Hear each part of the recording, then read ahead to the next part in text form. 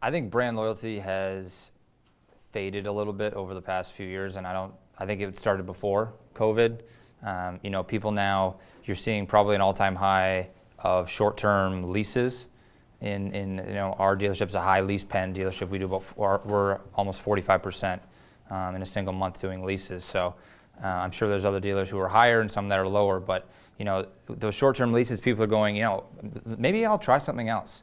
And it's almost the mindset of the world with this attention span thing. And when was the last? I can't even go through a paragraph in a magazine without getting distracted of something. And that I know that's not just young people who are dealing with that. So it's getting bored quickly and that type of thing that I think is definitely affecting brand loyalty, because people are going, yeah, I know I've been in this car for 3 years.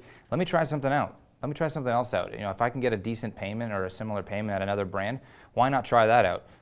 Especially with younger people, our older clientele are pretty loyal. We have people who won't buy a car that was assembled outside of Canada.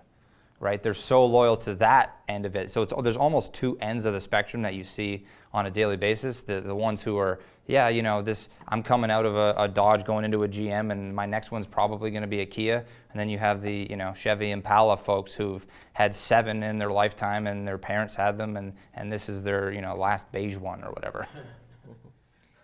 Yes, I want to add to that, Errol. Yeah. I was actually going to ask you, if you see brand loyalty returning or I don't think brand loyalty's gone anywhere. I'm going to be the devil's advocate here. I think brand loyalty is as strong as it always has been. It's just if you are a General Motors, Ford, or Chrysler car driver and you love cars and that's what you want to drive as an automobile, a sedan or a coupe, you have almost zero choice. You've got a Mustang, a Camaro, and a Challenger to choose from. One car in each one of those lines. And so as a sales manager, Tyler, you know it better than anybody, and Ralph, you would see it more frequently than I would. It's what do we turn to?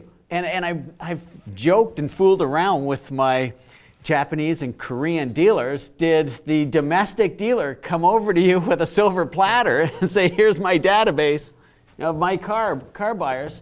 And I believe it's really a mistake of the OEs deciding that, okay, well, nobody wants to buy our cars, so we won't buy cars. I cringe at the idea of either Dodge, General Motors, or Ford having a recall on their pickup truck.